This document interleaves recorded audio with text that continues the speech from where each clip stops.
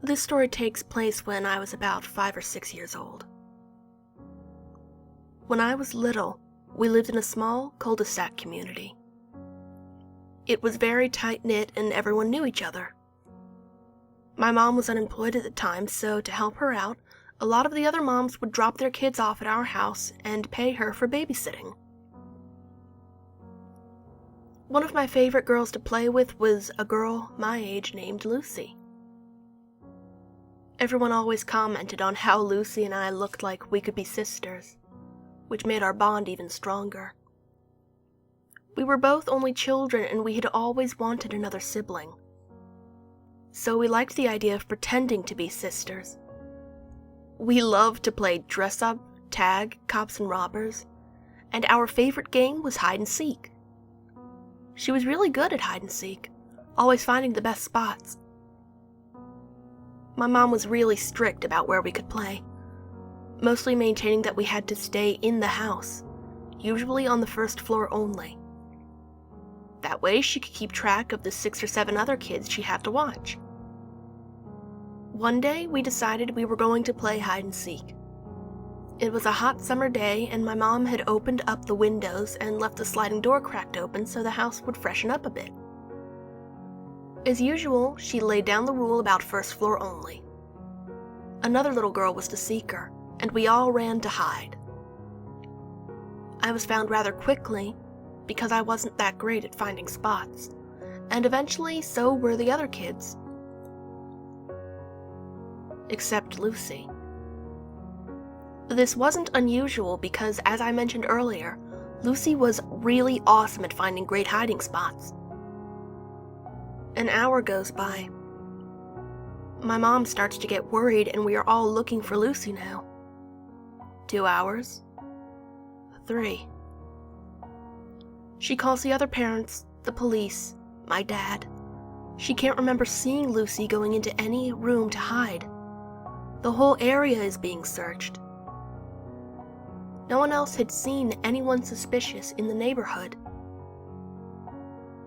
Lucy was finally found around 6 p.m., about 6 hours after our game of hide-and-seek.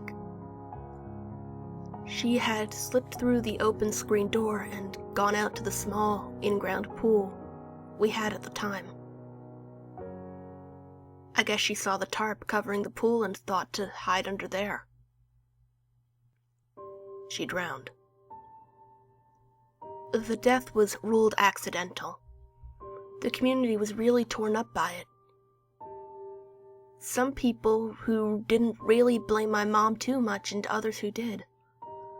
Still, we all came together for the funeral.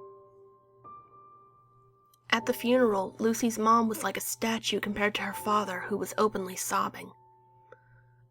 I remember she just stared on during the speeches, and when her daughter's coffin was lowered to the ground. I didn't really completely grasp the concept of death at that time. It was something that I thought happened only to old people like my grandma.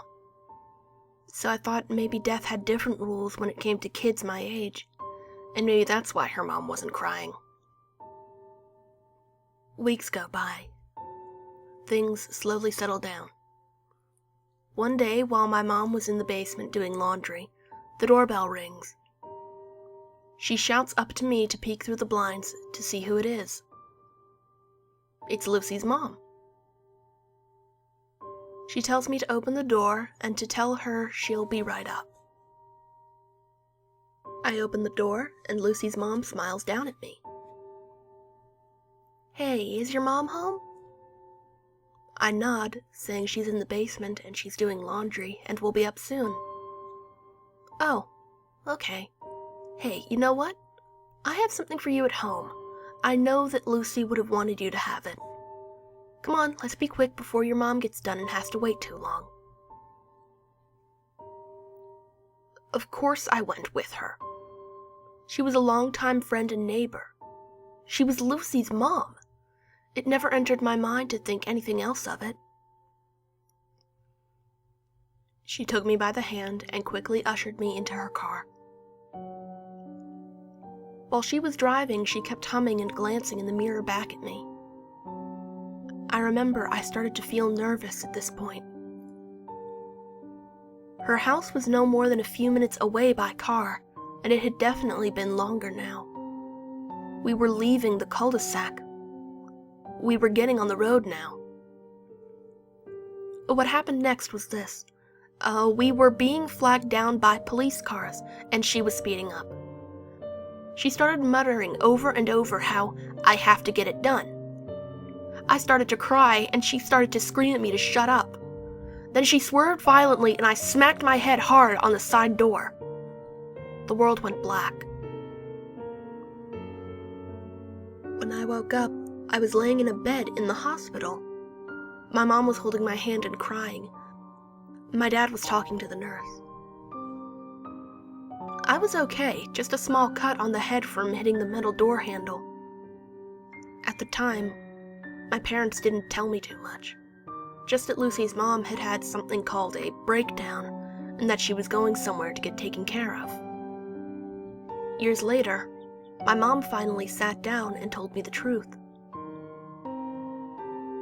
My mom had come up the stairs in time to see her car pull out. She called the police immediately. After I was knocked out, 2 more police cars cut her off at an upcoming road. They got her out of the car and arrested her for kidnapping and endangering a minor. When searching the car, they found rope and tape in the back, and a gun in the glove compartment. She confessed that she had intended to take me out to the woods and kill me in revenge for my mom being the reason her own daughter was dead.